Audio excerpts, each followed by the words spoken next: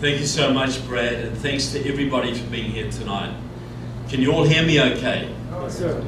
You understand the southern accent all right? Yeah. Good.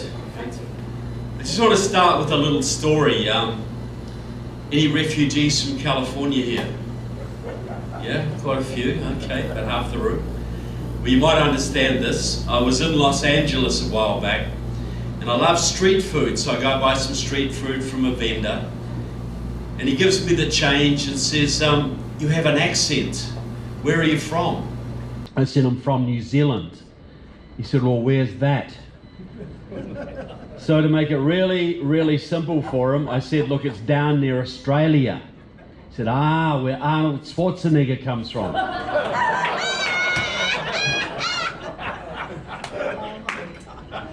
So it explains why they vote like they do there, right? Now, people ask me all the time, they say, why as a New Zealander should I come to America? And I've probably spoken to 500 audiences around your beautiful country now. And I say there are two reasons. The first is gratitude. You know, my country was facing invasion during World War II by the Imperial Japanese Army. And if it hadn't been for the huge sacrifice of your fathers and uncles and grandfathers at the battles of Guadalcanal and the Coral Sea and Midway, we would have been done, folks. There's still a very strong memory today. The second reason is related, but it's a little more selfish. You know, Ronald Reagan had it right. This is the last best hope for mankind. If freedom should ever fail here, if you ever lose your constitution, your liberty, your economic dynamism, and your military superiority, all of which took a huge trashing through the Obama years. Amen. Had that trend continued, folks, we'd soon be living in a world run out of Moscow and Beijing and Havana and Tehran. And is that the kind of world you'd like to hand to your children, folks? No. So anybody who cares about liberty has to care about America. Now I want to say a couple of things about the 2016 election as we got the next one looming. Does anybody believe there may have been a touch of the miraculous about that election? I think even our atheist friends would have to acknowledge that one. You know, it shouldn't have happened, but it did. But that election did not save America. It gave America another chance, a reprieve, a second shot. Amen. And if you look at the Old Testament, there's a lot of times when the Israelites got a second chance. But if they ignored that second chance, how often did they get a third chance? Well, we're in our second chance, folks, and we got to use it. We got to take this opportunity. On a slightly more cynical note, the Germans have this wonderful phrase, Schadenfreude. It means to take pleasure in the pain of others. And it's not a very noble type of thing. It's not something you boast about. But I'm sure a lot of you stayed up on election night 2016, right up till, you know, that 2 o'clock in the morning when they panned the Democratic Party headquarters in New York. And when you saw those little snowflakes bawling their eyes out and hugging each other, did you feel just a little bit of Schadenfreude, folks? Maybe a whole lot. And after 8 years of Obama trashing your country, maybe, don't you think maybe you deserved it? Absolutely. Well, imagine what it's going to feel like on the night of November the 3rd, folks. Amen. It's not going to be pretty for the left, we hope. Now, it's going to be a bit of a hybrid talk tonight because I want to deal with China, I want to deal with Antifa.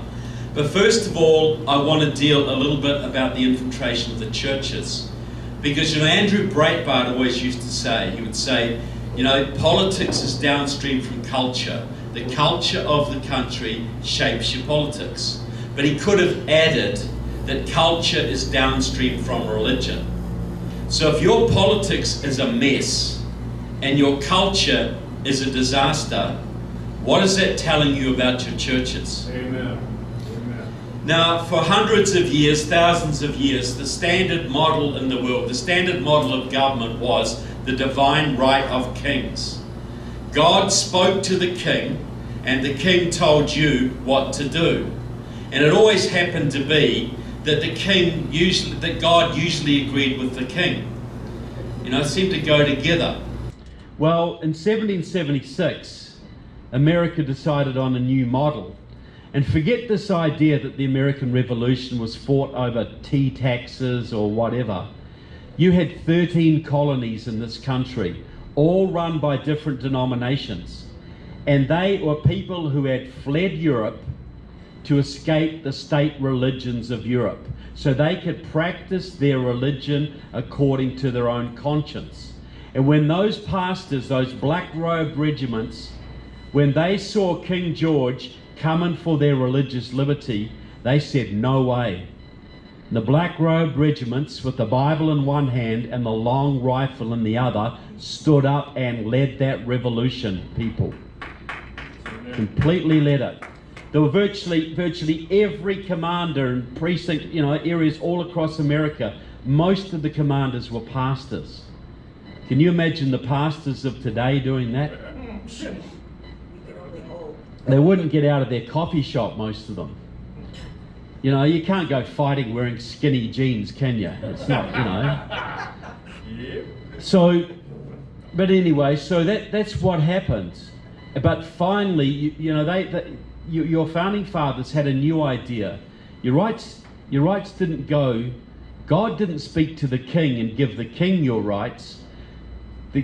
God gave you your rights. Your rights came from God, and you had a government to protect those rights. Amen. And that new paradigm freed America. It gave you that certainty and that confidence to create great businesses, fantastic universities, schools, hospitals, churches, to make this the greatest country the world had ever known. Because your rights came from God, not the state, and nobody could take them from you but God. Amen. And that was what made America different. So, do you think this might have offended every dictator on the planet? You think, we don't want this crazy idea spreading. What if other people start thinking their rights come from God? What if they don't want to give us every second son for our army, every third daughter for our court? What if they don't want to keep giving us a quarter of their grain every year for their taxes? What if they don't believe that God is telling everybody what to do? Well, you had enemies of this republic from the day it was founded. Amen. Because they did not want this idea spreading. And the biggest enemies came in the 20th century, the disciples of Karl Marx, who took the old ideas of socialism that have been around for hundreds of years, gave it a scientific veneer, and updated it. And when you had the Bolshevik Revolution in Russia with Lenin, 2,000 Bolsheviks took over the whole country, folks. They don't need many. You had a whole new assault on the values of your country. The very first communist front in America was the Methodist Committee for Social Action, because the communists understood they could never take America from the outside. They had to destroy America's backbone, and the backbone of America is Christianity. You don't have to be Christian to accept that, but that is just an historical reality. So, in the 1920s, the communists told all their members, if you were a Baptist when you grew up, go into the Baptist church. If you grew up Catholic, go back into the Catholic church. If you grew up Mennonite, go into the Mennonite churches. So you had all these thousands of communists all over America going back into the church they were brought up in, not to help Christianity, but to spread communist influence in the churches. And they basically wrecked most of the mainstream denominations. You know, by the 30s and 40s, by the 40s, you had most of the mainstream churches affiliated to the National Council of Churches, which was then affiliated to the World Council of Churches, which was run by the KGB. They used to call it the Communist Party at Prayer. So you had a massive infiltration of the mainstream churches. The Catholics thought they were safe, because what young communist is going to take a lifelong vow of celibacy to become a Catholic priest? Well, Bella Dodd, who was a Catholic who became a communist and went back to the faith, testified before Congress that she had put 1,100 young men into the Catholic priesthood.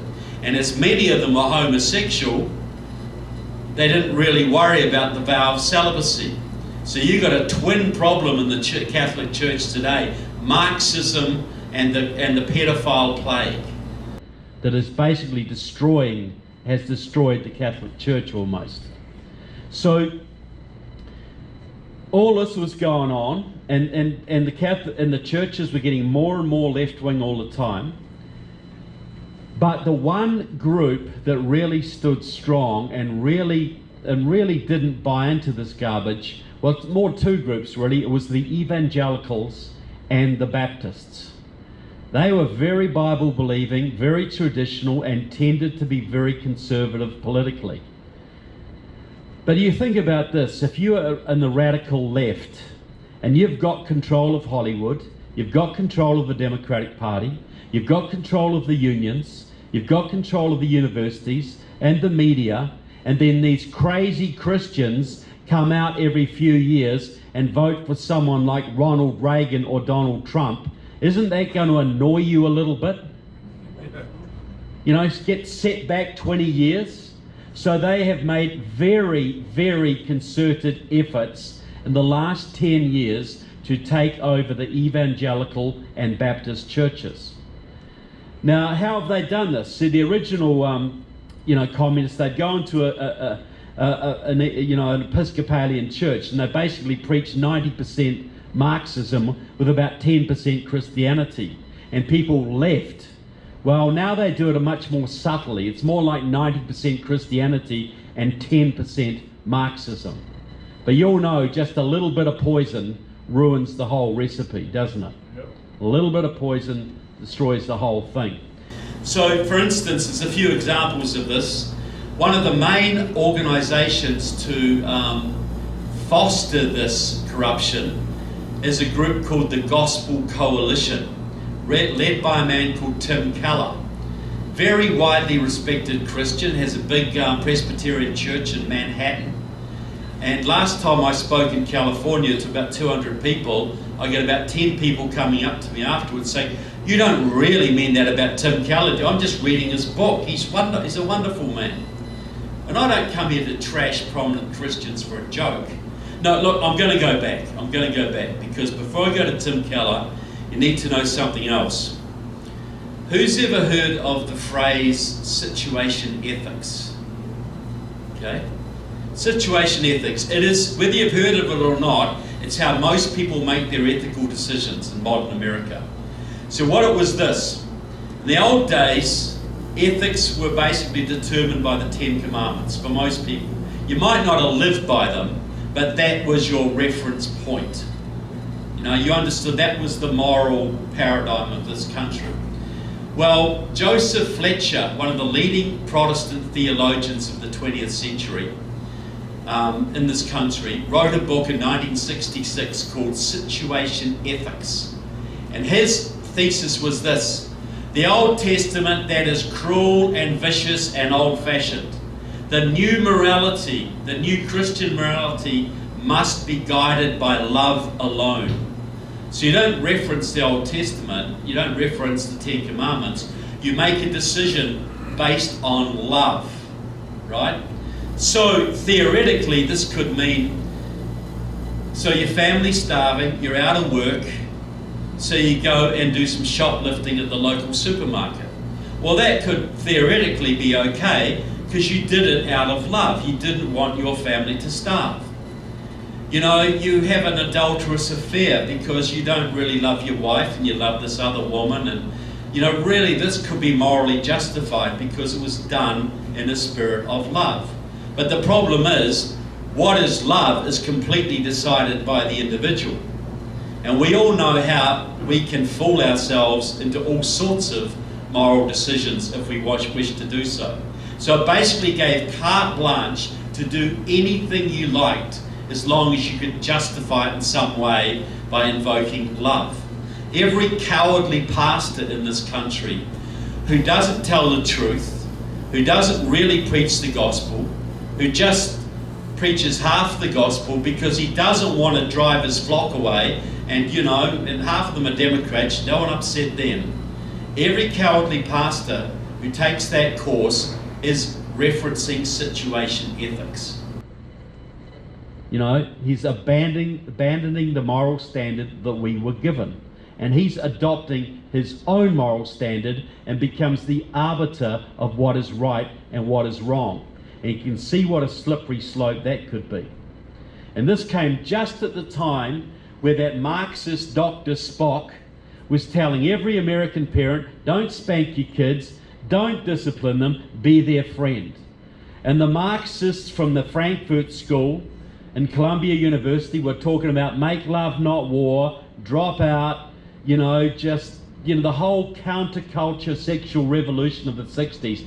It all came together in one big perfect storm, and it changed the morality of a nation.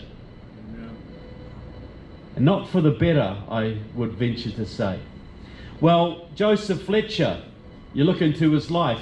After he wrote his book, he abandoned the church, declared himself an atheist, and set up a group advocating for post-birth abortion for retarded children up to 10 years old. You'll be surprised to learn he was one of the key people who worked with Margaret Sanger to set up Planned Parenthood. He was active in several communist front groups in Kentucky and Ohio and Alabama in the late 1920s. When he was living in Massachusetts, I think he was the head of the Episcopalian Theological School at Harvard.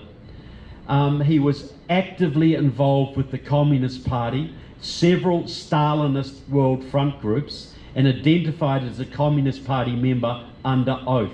The guy was a complete Stalinist Marxist. But posing as a Christian, he transformed the ethics of a nation. One man sent America on a whole different moral paradigm. And we're still not recovered from it, folks. It affects us every single day, all around us. Well, but getting back to Tim Keller. Tim Keller is really a situation ethics man. And he's a lot smarter than the old communists because he basically preaches 90% gospel and 10% Marxism. And his group has transformed the Bible colleges and the theology schools of this country.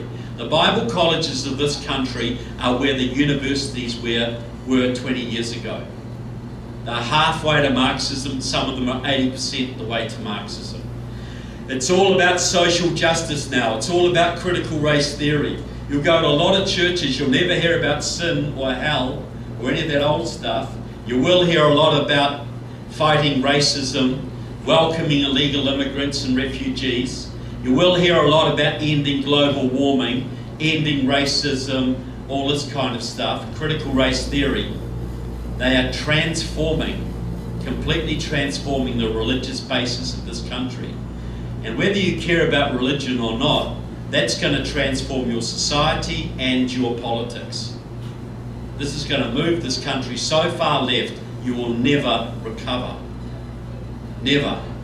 And it's pretty well progressed, so that's why we're doing the movie. But I just want to discuss a little bit about what critical race theory is. Because you've ever heard that most of you here have white privilege. You all know that. You might be on food stamps, but you've got white privilege and you're oppressing the peoples of colour. Because the old Marxist paradigm was this. The workers who are oppressed by the capitalists would rise up and take their wealth and appropriate their wealth, and we'd all share it out and we'd live happily ever after in a classless society.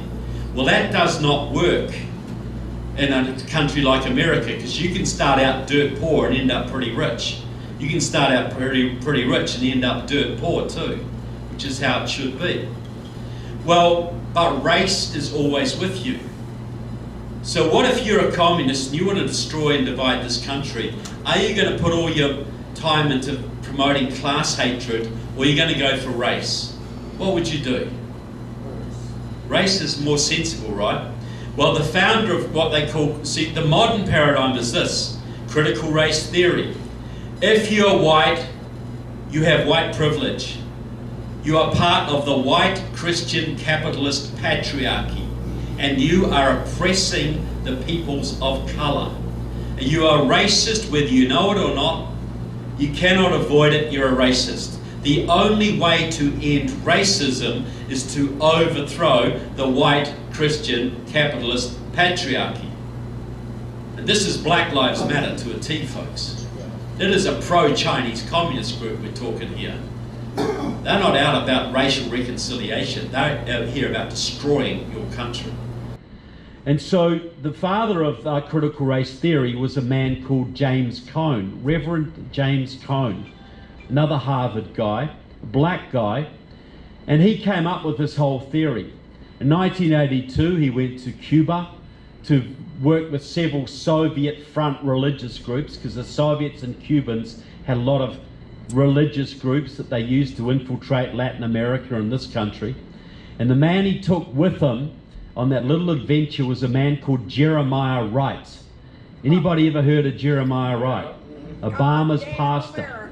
Goddamn KKK America. That's who was part of all of this. Obama is a complete critical race theory guy. 100%. Does anybody think Obama improved race relations in this country? You know, now we've got all these courses, anti-racism courses in the churches. They're all going on about racism. This is the big deal.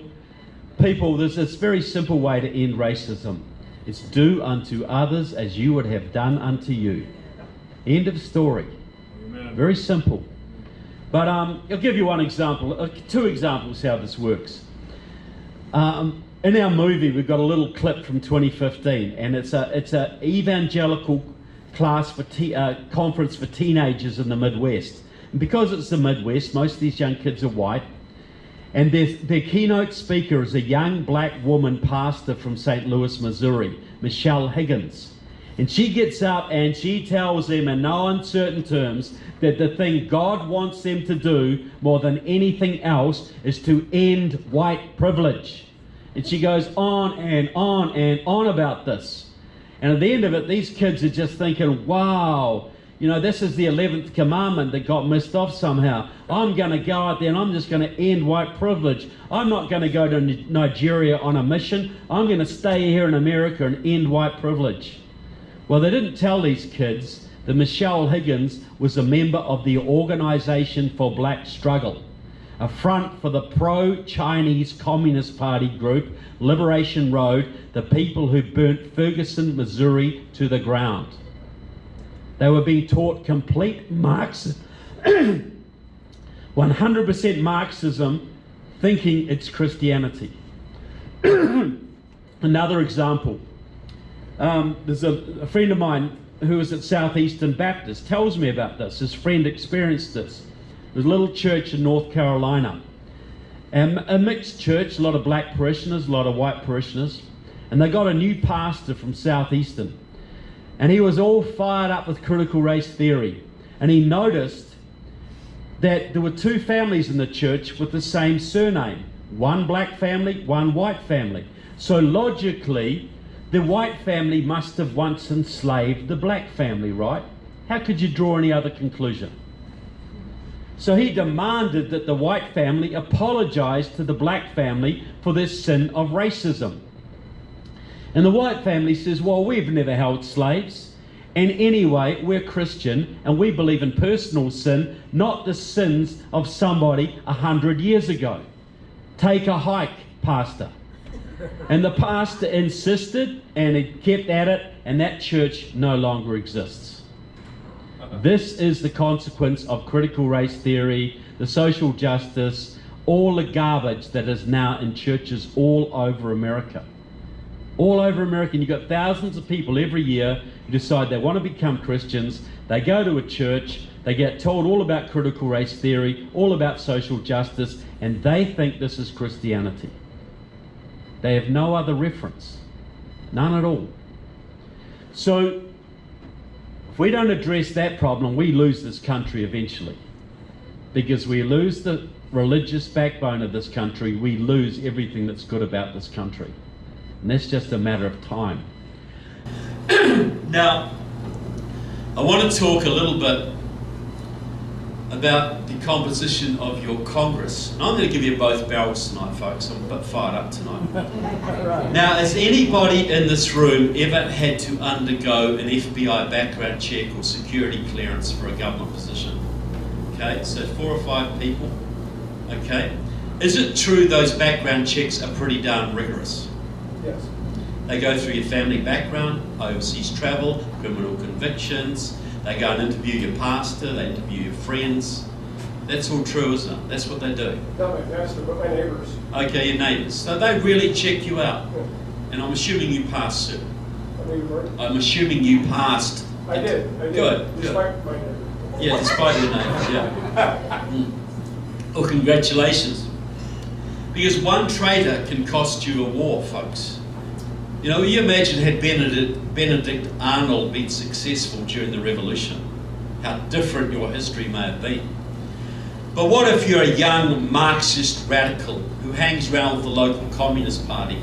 Someone like Kirsten Sinema, someone like Raul Grijalva, someone like Ruben Gahayo, and you get elected to Congress where you may serve on the Homeland Security Committee, or the Armed Services Committee, or the Intelligence Committee. How much of an FBI background check do you need for that one, folks? Nothing. Zero. Because the people are supposed to vet the candidates, right? And the media is supposed to help you do it, right? Well, how's that been working out? Do you think the Iranians know about this? Or the Chinese? Or the Cubans? Do you think they might know there's no background checks for any of your congressional chairmanships or committee positions? None at all? Well, but don't worry, because there's no way communists or socialists or radicals or Muslim radicals could ever get into your Congress, because you have an organisation called the FBI to stop them. You saw how tough they were on Hillary Clinton, right? They put your national security way ahead of their jobs and pensions, right?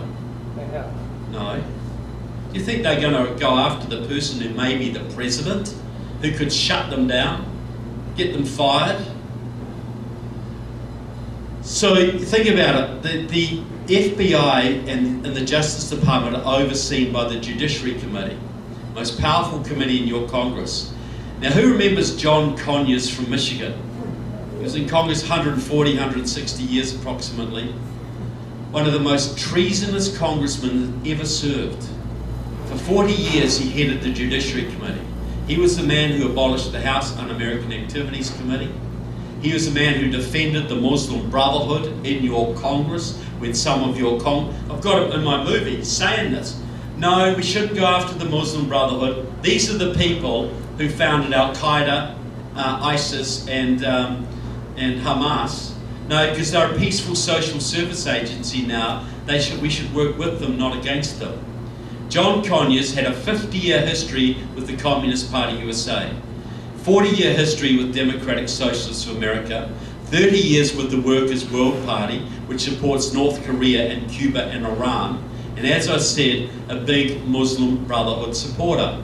John Conyers was a hardcore anti-American Marxist-Leninist, as hardcore as you can get, folks. Yet for 40 years, he oversaw the FBI and the Justice Department.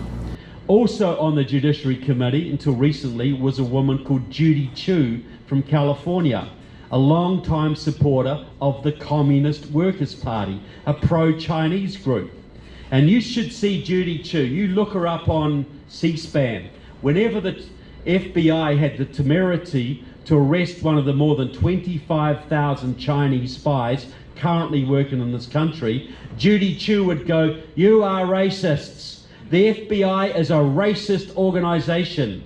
And she arranged for sensitivity training for these cruel FBI agents so they wouldn't go after these poor Chinese spies any longer. And now the head of the Judiciary Committee, Mr. Jerry Nadler, the man who tried to impeach your president. Well, Sean Hannity's been a little bit upset because you've got a socialist in Congress now, Ocasio-Cortez. She's a member of Democratic Socialists of America, which is actually worse than the Communist Party USA. And Sean's rightly upset about this. How could this happen? Well, Jerry Nadler, the head of the Judiciary Committee, the man who tried to impeach your president, has been an active member or supporter of Democratic Socialists of America since at least 1977, people. He is a Marxist, yet he oversees the FBI and the Justice Department. The FBI is out there now trying to arrest Black Lives Matter protesters and vandals and arsonists who are Jerry Nadler's political friends. How do you think that's going to go? Why are the leaders not getting arrested? But so the FBI, they decide, well, we're going to grow a spine. We're going to go to the Judiciary Committee. We're going to say, I'll give you one more example because this is quite chilling. He's in here, Andre Carson from Indiana, one of your 3 Muslim members of Congress. He gets up in front of a big Muslim Brotherhood front group conference in Connecticut in 2012. He says, hey, I've been told there's some people here today spying on us.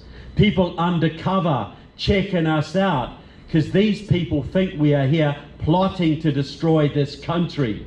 Well, I say to you, people undercover, Allah will not allow you to stop us. This man currently serves on the Intelligence Committee overseeing the CIA, the NSA, the DEA, you name it.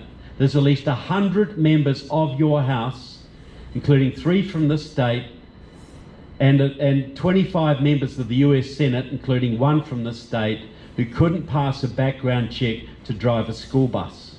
Yet they're running every committee in your Congress and have huge influence in your US Senate. Talk about the deep state, folks. That's what the deep state is. It is communist. And so one of them, so the FBI thinks, well, look, we've had enough of this. We know all these people are working for Iran, a whole bunch are working for Cuba, for China, a whole bunch of them are secret communists or Muslim Brotherhood supporters. We've got to do something. We've got to go to the Judiciary Committee and get permission to investigate these people. Mr. Nadler, Mrs. Chu, do you mind if we investigate about 100 of your colleagues? Is that all right? And by the way, Mr. Nadler and Mrs. Chu, you're both on the list. Is that okay? How do you think that's going to go? So you get elected to Congress like Raul Grijalva or Kirsten Sinema. There's no media scrutiny, there's no background checks, and the FBI doesn't dare to touch you. That's the problem. That is why you're so deeply infiltrated. Now I'll talk a little bit about Uncle Joe Biden. Isn't it great that we've got a moderate Democrat at the top of the ticket now? Isn't that great? We've got an old-fashioned moderate Democrat. It's almost like we've got Harry Truman or JFK standing, right? Well, that's what the New York Times tells us and the Washington Post tells us. Well, go back a little bit. Joe Biden in 1972 was a 29-year-old city councillor in Delaware, and he decided to run against a 4-term Republican incumbent with an 80% approval rating. You'd think that would be a suicide mission, right? But he won. And he won because he had the backing of a very influential group, it's all in here, called the Council for a Livable World. They've now elected over 200 senators and over 250 Congress members. But you never heard of them. Now, the Council for a Livable World was set up by a man called Leo Szilard. He was a Hungarian, he was an atomic weapons scientist. He was a top man in your Manhattan Project that gave you the atomic bomb which you used to beat Japan. And the head of security, Leslie Groves, was always trying to fire Leo Szilard because he knew he was a Hungarian communist. But he couldn't because he was just too darn valuable. Well, in 1962, Szilard sets up the Council for a Livable World. And the premise was very simple. In a small state, it doesn't cost much to elect a senator. And a senator has huge power. So if you want a lot of power and influence, you can get it by electing left-wing senators in small states like Rhode Island or Vermont or Delaware. So that's what they did. Now, 1972, when Joe Biden was running, he was picked up by a man called Albert Gore Sr. You may have heard of his son. He invented the internet and global warming. You know the guy? Okay. So Albert Gore Sr. was a senator from Tennessee, like his son, and at the time he was the president of the Council for a Livable World. And he got all the money for Joe. He loved Joe, got a whole bunch of volunteers, the power of the Democratic Party, gave him a whole bunch of media attention, and he got him elected. Well, Albert Gore Sr. was a protege of a man called Armand Hammer. Some of you may have heard of Armand Hammer, the leading American Soviet agent of the early 20th century, the man who kept the Bolshevik Revolution alive.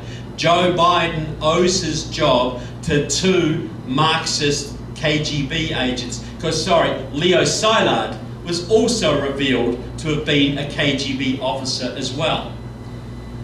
So what was the deal? The deal was, we will get you elected, we will fund you, we will keep getting you elected. All you got to do is gut the United States military. You're going to vote against weapon systems, denuclearize America, negotiate horrible treaties with the Soviet Union that give Moscow a big advantage. And that's what Joe Biden did. Did more damage to your military than anybody you could possibly imagine. I've got him again in tape. I've got him at the 50th anniversary of the Council for a Livable World. Joe Biden gets up and says, "Thank you, Council. You got me elected. You've been with me for 50 years. You were with me when I was chairman of the Senate Foreign Relations Committee. You helped me and Obama negotiate the START treaty with Russia, the treaty that was so bad for America that Trump had to unilaterally cancel it." Joe Biden has worked for Moscow and Beijing and Iran his entire political career. He'd be one of the biggest traitors to ever serve in the US Senate. And he's the moderate Democrat. Look, people, in my book, I profiled 10 people who stood for the presidency this year, who are still running this year. All of them were Marxists. And that includes sweet, nice Amy Klobuchar, Mrs. Nice from Minnesota, whose father used to take her on bicycle tours of the Soviet Union, who used to work heavily with Democratic Socialists of America for many, many years. Sweet little Pete Buttigieg, whose father was one of the leading communist theoreticians on the planet and who also worked with Democratic Socialists of America. That's Pete did, not his father. They were all Marxists. Julian Castro, Cory Booker, all of them Marxists.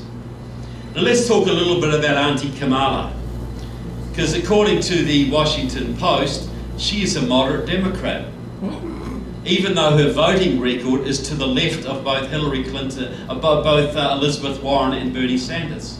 But she's a moderate Democrat. Well, her mother and father, her father was a Jamaican economist, her mother was an Indian cancer researcher. Her father was an openly Marxist professor at Stanford. The mother and father were both members of the Afro-American Association in Oakland in the early 60s. Two members of that, they supported Castro, Che Guevara, Mao Zedong. Two members of that group split off, Huey Newton and Eldridge Cleaver, I think. They split off and they formed the Black Panther Party, the Maoist, communist, pro-Chinese Black Panther Party. So Kamala goes to Howard University, where she's a student radical. She goes back to San Francisco, where she goes into politics. Now, a lot of people have talked about her affair with Willie Brown, who was the mayor of San Francisco for some time, a very high-ranking Democrat. He was 60, she was 30. It was a little bit of a scandal at the time. He gave her a couple of jobs where she was making $400,000 over 5 years for sort of one meeting a month, you know, that kind of thing. But nobody talks about the fact that Willie Brown was a communist. He was very actively involved with the Communist Party for many, many years. He was still sponsoring Communist Party events well after his affair with Kamala, and now he's Communist China's best friend in the Bay Area, along with Dianne Feinstein. complete communist. Then she gets elected to the DA in San Francisco, California Attorney General, then US Senate. All of them were with the backing of a man called Steve Phillips. Steve Phillips was a Maoist communist at Stanford, member of the League of Revolutionary Struggle. Now he left Stanford, he married very well. He married a young woman called Susan Sandler, who was an heiress to the Golden West savings and loan fortune. You know, they were full of subprime mortgages. They sold out to Wachovia. That bankrupted Wachovia, who then had to go on with Wells Fargo. But anyway, they got $2.2 billion profit, and they put half of it into the progressive movement and the Democratic Party. And Steve Phillips used that money to buy himself access to the top levels of the Democratic Party. He also worked with George Soros and Tom Steyer and others to set up the Democracy Alliance, which is about 150 left-wing billionaires who fund left-wing candidates and the Democratic Party all over the country.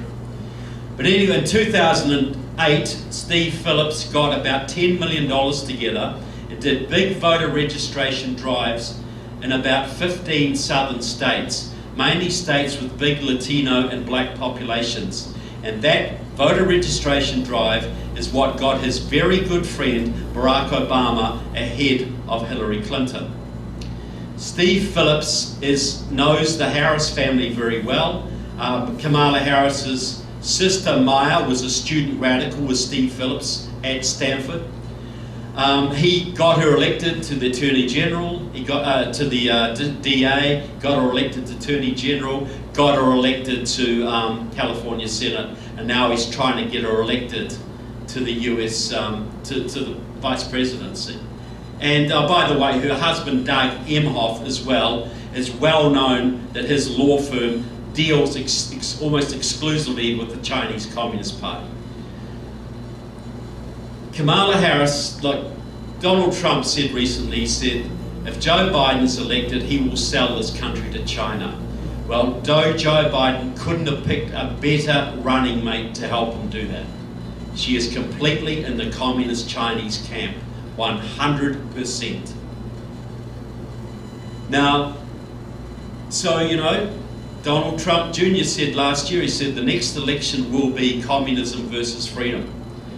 Well, he got a little bit of pushback from that, but from what I've said tonight, and I don't expect you to believe me, but can you see that might actually be on the cards? Now, I just want to go a little bit now into the two major ways the Communist Party of China is at war with your nation right now. And they are at war with you, folks. You're in World War III now. You may not know it, but you are. In May 2019, President Trump put tariffs on Chinese goods. Very long overdue, and good on him for doing it. But the response of the Chinese Communist Party through the Xinhua news agency was to declare people's war on America. So what does people's war mean?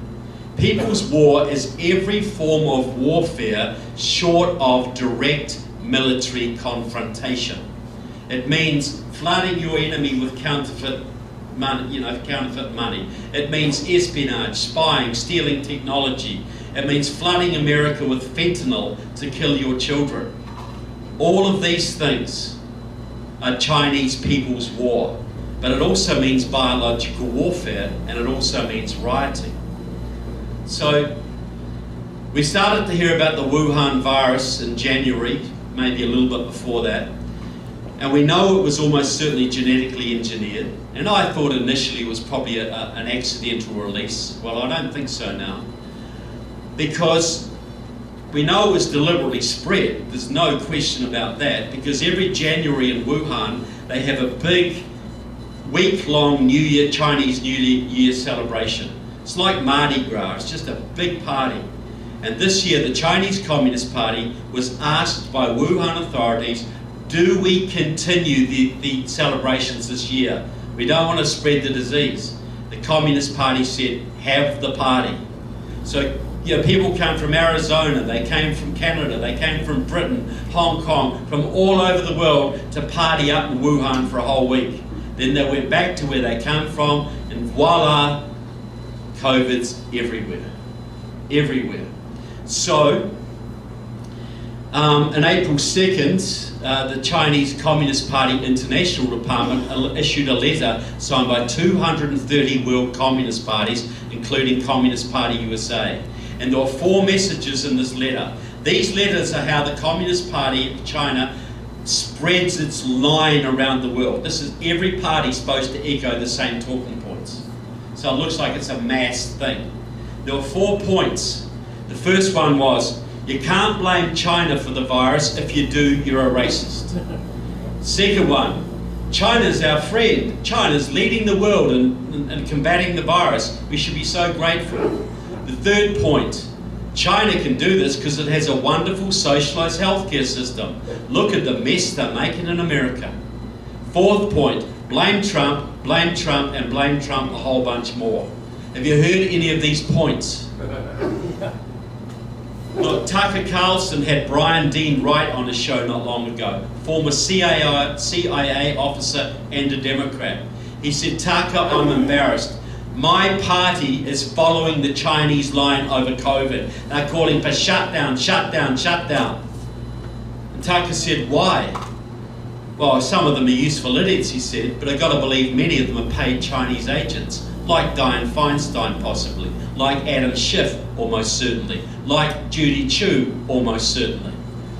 But anyway, the Chinese line is this. Every other epidemic we've ever had, the standard response has been you quarantine the sick and everybody else goes out and does their stuff, right? Typhoid, diphtheria, polio, that's how we always did it. But we couldn't do it this time because the World Health Organization told us that there was evidence of asymptomatic transmission. Many people without symptoms were transmitting, so we couldn't wait. We had to shut everything down or millions would die. Well, we've got to understand the World Health Organization is run by Mr. Tedros of Ethiopia. And if you look at his CV, he's a leader of that country's Marxist, Leninist, Maoist Communist Party. He loves China like a chocolate, folks. Completely in their pocket. So the Democrats have bought into this, and the Chinese have bought into this because they have a common enemy. That enemy is your president. You know, President Trump caned the Chinese on trade. He supported the Hong Kong protesters. He supported the anti-communist candidate in the Taiwanese presidential elections against the communist Chinese candidate, and the good woman won. The Communist Party was losing face. And if you lose face in China, you lose power not long after. They couldn't handle 4 more years of this crazy guy because they would get done like Reagan did to the Communist Party of the Soviet Union, only they would be hung from lampposts in China. So they knew they had to destroy Trump before Trump destroyed them. So they unleashed this people's war on us.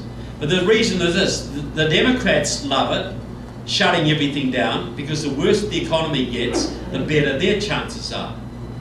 And the Chinese love it because it means Trump might not get re-elected. And they'll have Joe Biden to deal with, or Kamala Harris. So it's a win-win. But there's an even more sinister reason.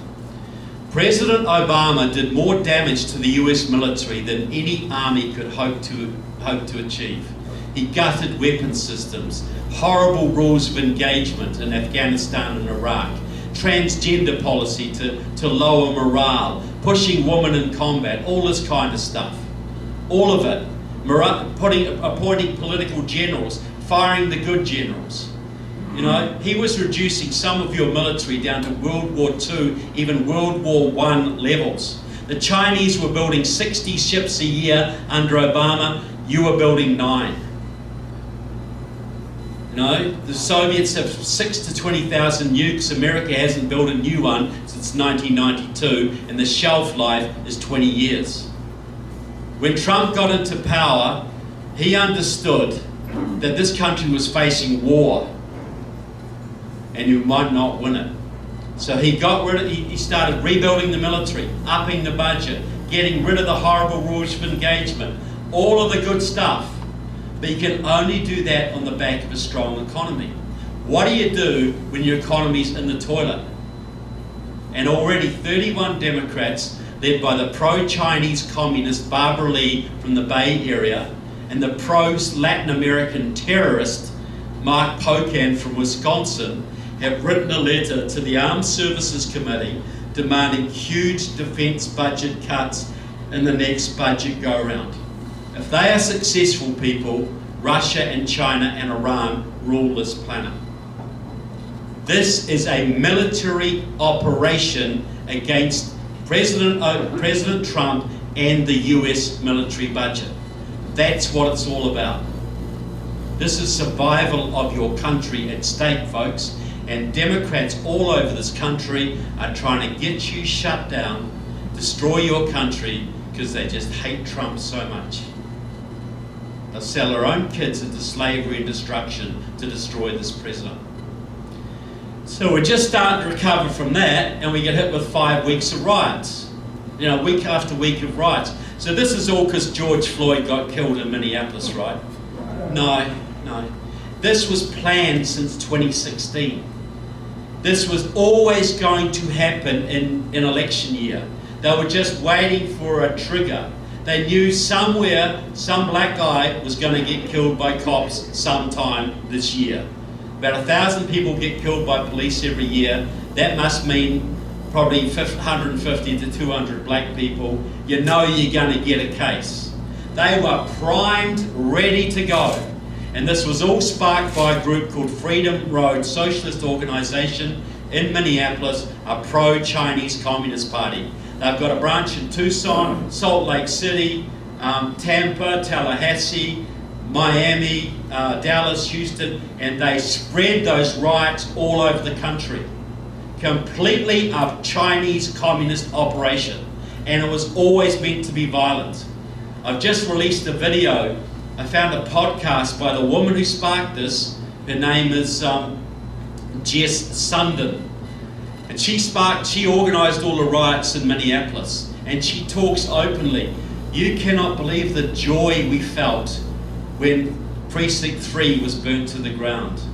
We support completely the violence. The looting and the arson was 100% part of our movement.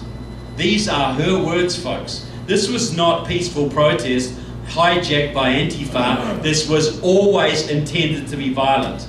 The leader of Freedom Road, Steph Yorick, the wife of Jess Sundin, said on the day that Trump got inaugurated, our mission is to be in the streets for 4 years to make this country ungovernable, to destroy this president.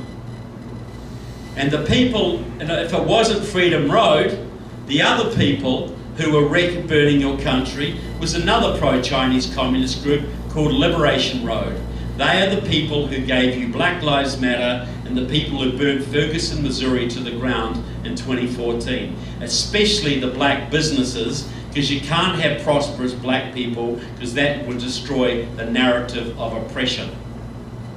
So that this is a 100% Chinese operation, folks. The Chinese are burning your cities.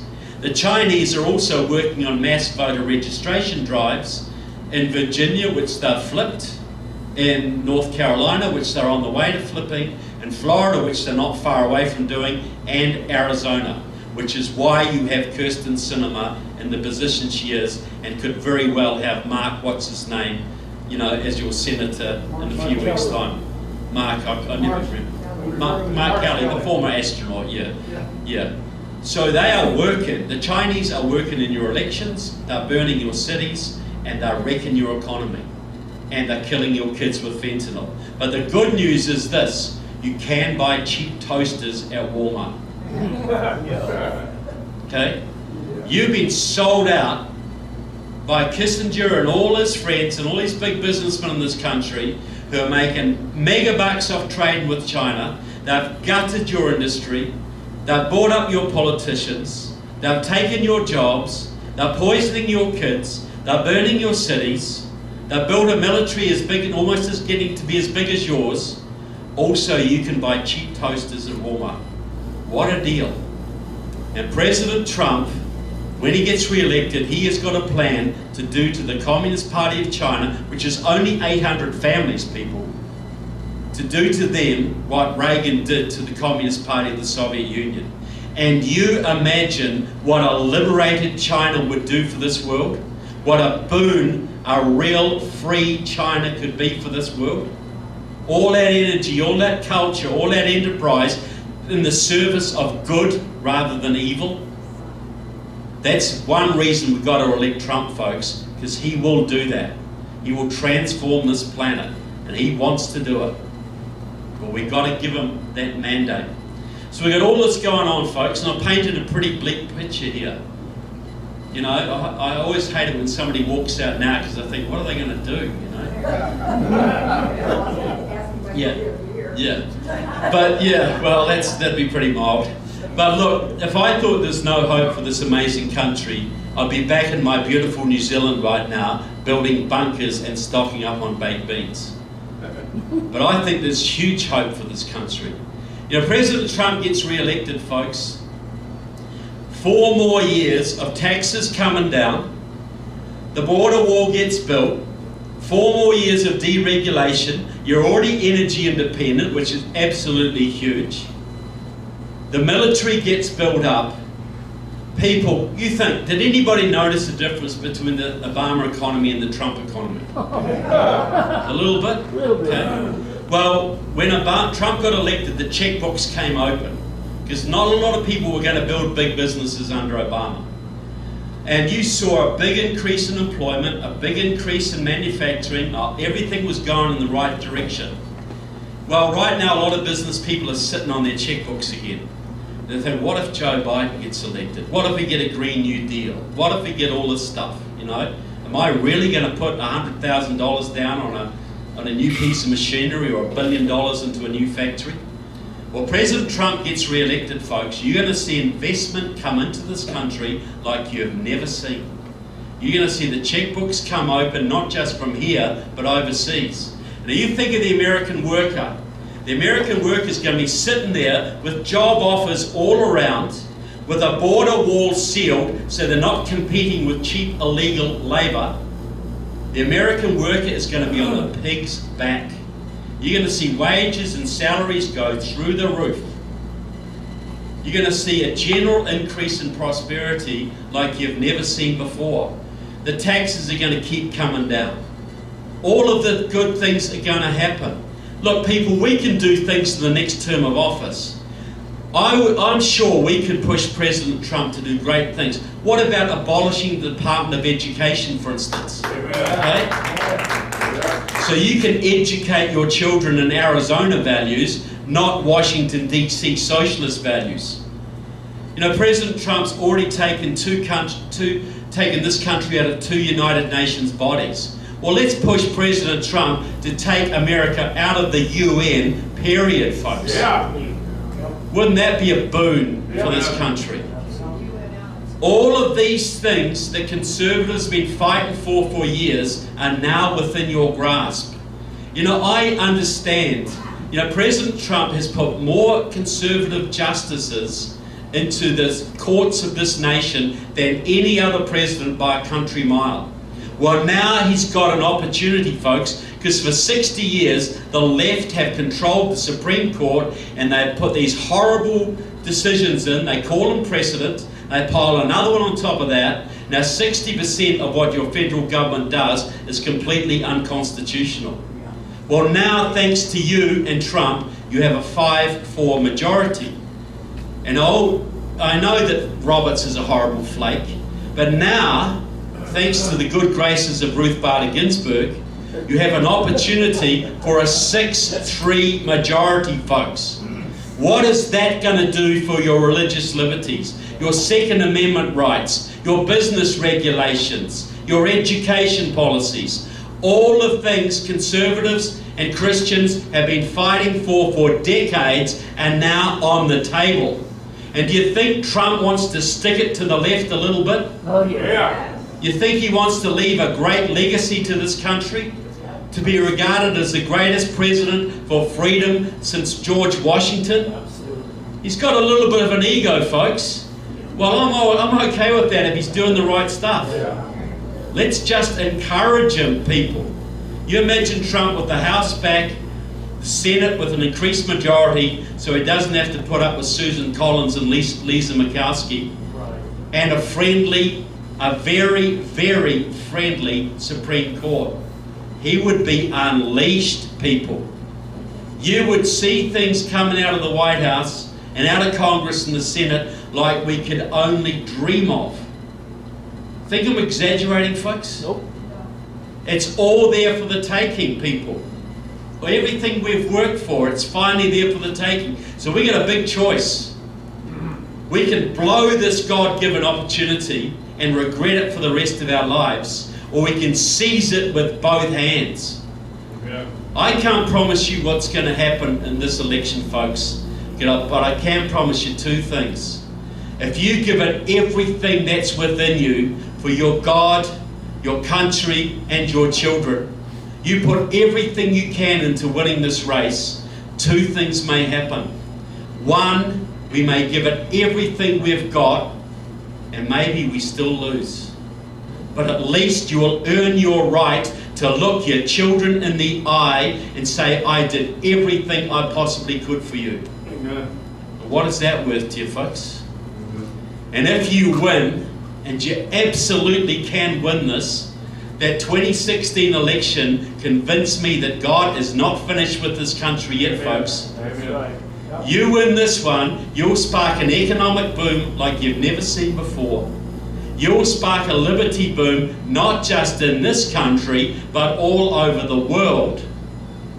And you will give your children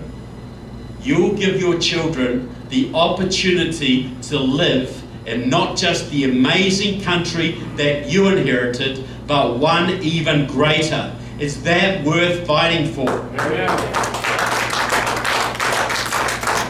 So I want to say to you folks, thank you so much for what you do for America, for my country, and for liberty. God bless America, and God bless Arizona, and God bless you all. Thank you very much. Thanks very much.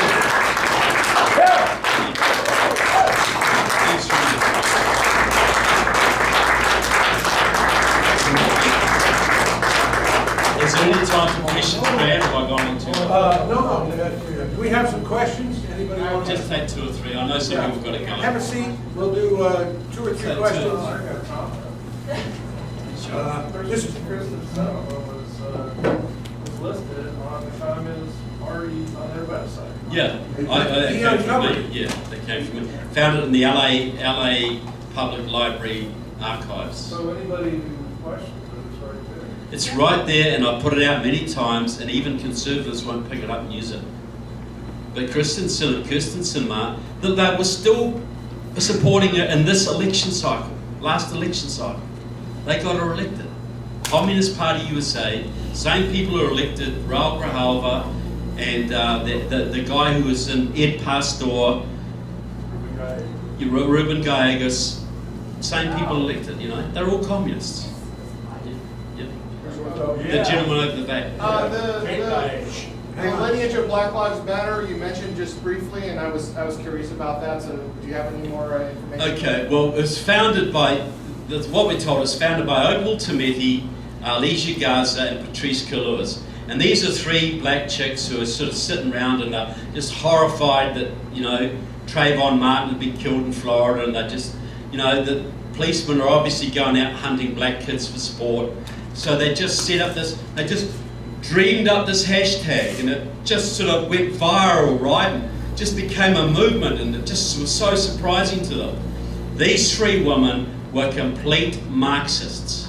It was a complete scam. They set this up. It was planned for a very long time. They were all affiliated with Liberation Road, the pro-Chinese Communist Party.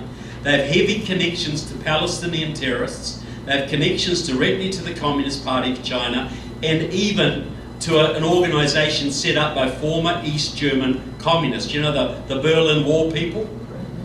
They The Movement for Black Lives, which is the umbrella group for all of these groups, is run by Liberation Road, pro-Chinese Communist Party. They've shaken down multiple big businesses to get funds.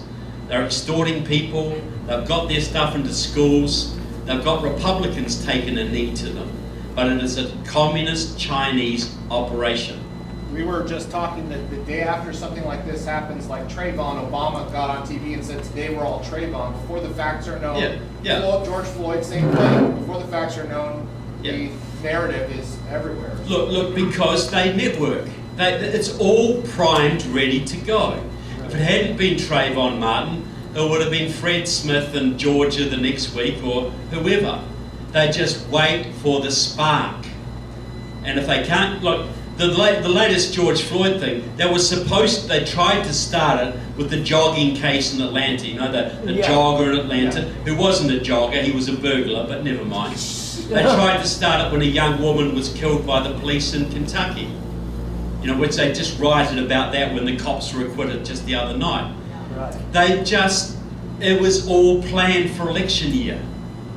You know, I'll give you a little example how this works. You know, Rosa Parks, right? You know, Rosa Parks was just this young lady, and she was just so tired, and she sat on the back of it. She sat going home from work on the bus, and she couldn't be bothered going down the back of the bus because she was so tired. So she sat up the front, and she got arrested, and that sparked the civil rights movement. Well, yes, the civil rights movement was necessary, but it was run by the Communist Party USA. Rosa Parks had trained at a Communist Party school, and it was the 5th time she'd tried to get arrested. Every other time, she just sat on the front of the bus and people just ignored her. But she finally found some idiot who wanted to make an issue of it, and they used that to spark the whole movement. And see, when communists, my great friend Marv Traeger, who used to be the head of the California Communist Party Youth, and now he's a conservative Buddhist living in Prescott, working for the Republican Party. But anyway, he said, look, when the communists are out of power, sometimes they do something useful, like the civil rights movement. But it was a communist operation, and Rosa Parks was a communist agent. But this is how they do it. This is I just was so tired. I just couldn't go down the back of the bus. No, it was your 5th time you tried to get arrested. It was all planned, and that's exactly how it was with Black Lives Matter, exactly how it was with Trayvon Martin. They call it stunts. You know, you see all the time, you hear all these racist things, there's racist graffiti at a university. Somebody's scored anti-gay stuff on a student dorm or something. It's always the communists who do it themselves. Right. There was another example. Back in the 50s, they were trying to desegregate housing in Louisville, Kentucky, because you had black housing, you had white areas, and you weren't allowed to swap over. Well, the leftists finally got a black couple into a white area. They bought a house in a white area. And guess what? The house got burned down. So they made a big incident about this. This is horrible racism. Well, eventually the cops found that the head of the local Communist Party was the person who burned the house down. You know, this is the kind of game they play. Just all lies, it's all planned, it's all, you know. So it's false flag operation. False flag operation, exactly, that's exactly what it is. They've been doing this for 100 years. Yeah. And they're pretty darn good at it. Maybe one more question? Mark. I'm going to vote with Donald Trump, but I always emphasize we need to vote the whole Republican ticket. Yeah.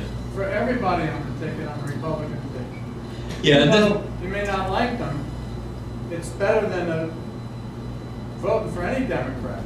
Yeah, and this is, I think you're exactly right, Mark. See, most elections are all about your primary out the rhinos, you get a good conservative in.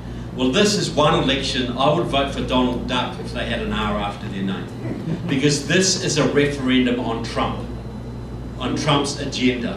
And he needs the House, and he needs the state legislatures, and he needs the Senate. I don't like Susan Collins. I think she's an idiot. But if I was in Maine, I'd be voting for Susan Collins. I don't like Corey Gardner. He's in Colorado. But if I was in Colorado, I'd be voting for Cory Gardner. And no, I'm not a huge fan of Martha McSally either. But I'll tell you what, I'd be voting for her in a heartbeat this election That's cycle. a problem we have here. Sorry? That's a problem we have here. Yeah, well, you have it in every state, sir. Yeah. You know, look. See, Ann Coulter says it very well. She says there are plenty of bad Republicans, but now there are no good Democrats. You know, the Democratic Party is now a communist party. You know, and I know a lot of bad Republicans, but all that's holding this country together right now is President Trump and a few senators and a few congressmen.